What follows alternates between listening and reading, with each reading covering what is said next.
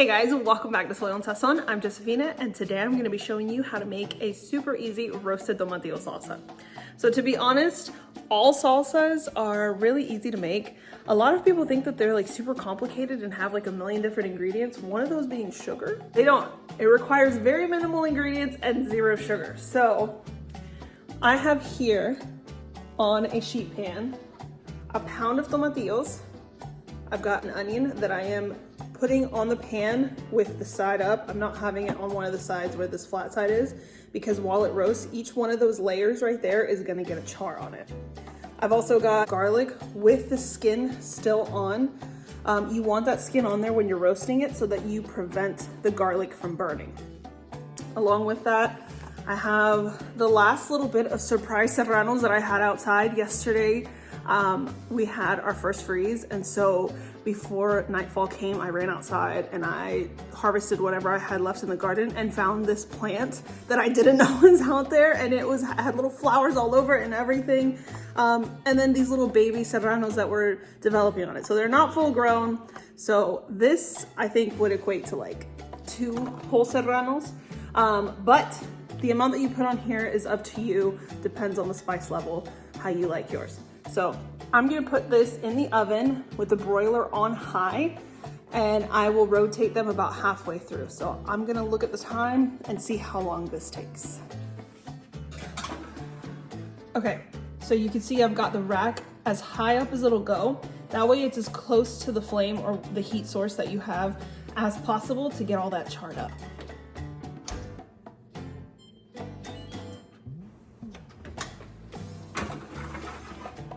Okay, I'm gonna go ahead and pull the garlic and the serranos off. I don't know if you guys can see all that well, but these are charred nicely and I don't wanna overdo it. And the garlic, that will burn so fast and taste so gross. So those need to come out. It has been 7 minutes and that's all those took. So I'll take those off and then I'll be putting this back in.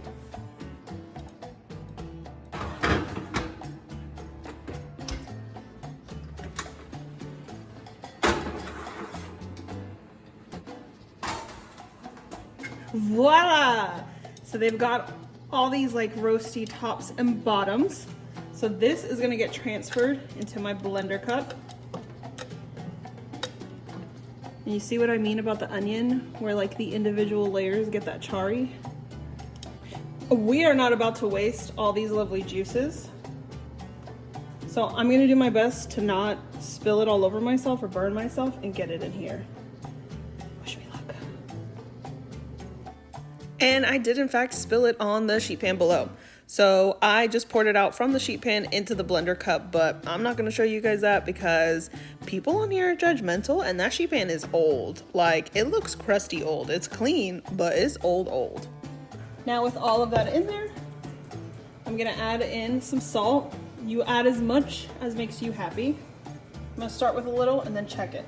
The only other ingredient I'm missing in here is about half a cup of water. I'm not gonna do that because I've already hit that max fill line.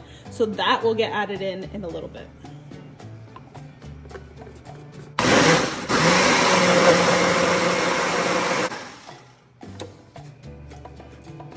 Look at that gorgeous color.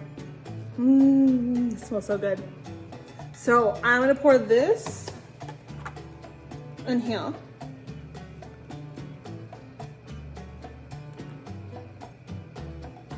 And I know right now it looks runny enough, but the thing with tomatillos is that they have so much pectin in them that once this cools down, it gets really thick, and sometimes it ends up like coming out like a jammy consistency, like a watery jam. And so to avoid that, and also to kind of help balance the flavor out, you add some water to it, or you can add chicken stock if you want to add chicken stock. That's also another traditional ingredient that goes into it. So I'm going to do half a cup of water in here, put the lid on and shake to get all the rest of this out.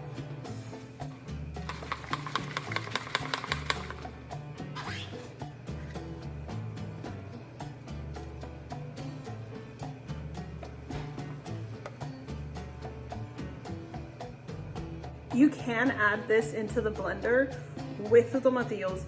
The only reason that I don't like to do it that way, at least not when it's hot the way this is because then it cooks the cilantro. And cilantro, when it gets cooked, has a completely different flavor. By the way, I harvested this from my garden just now. Thank you, thank you, thank you. Anyways, so what I like to do is I let my salsa cool down a little bit and then I mix in the cilantro. That way it keeps that really yummy fresh flavor and it doesn't turn into that like I guess that soapy cilantro flavor that a lot of people don't like. I can taste that when it gets cooked, which is why I don't like it cooked. So try to let it cool down as much as possible and then add this, and it'll also keep its color that way, which gives it these like lovely bright green flecks throughout your salsa. Mine has cooled down enough and I'm mixing it in. And I did already check it for salt. It did need just a little bit more. See how the cilantro keeps its color because it's not in a hot, fresh salsa. It's been allowed to cool down. And so now you get to see all those beautiful little green flecks everywhere. I'm gonna be honest, I was gonna just take a spoonful and eat it as a taste test, but so that you guys aren't just watching me eat just a spoonful of salsa, I made a tortilla. I just ripped a piece off and I'm gonna scoop it right out of the bowl.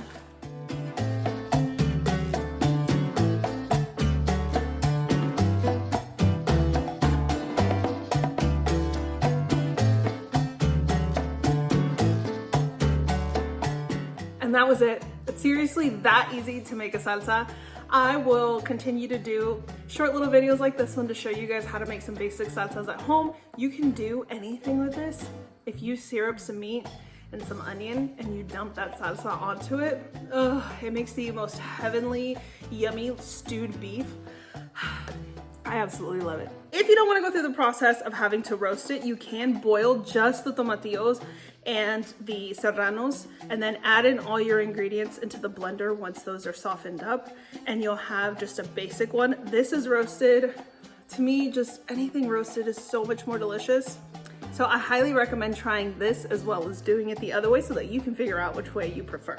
But that is it for today's video. I hope you guys enjoyed. If you did, please give it a thumbs up. And if you haven't already, I hope that you're willing to hit that subscribe button and stick around for a while on my journey to becoming a homesteader and teaching you how to make Mexican food from scratch. I'll see you in the next one.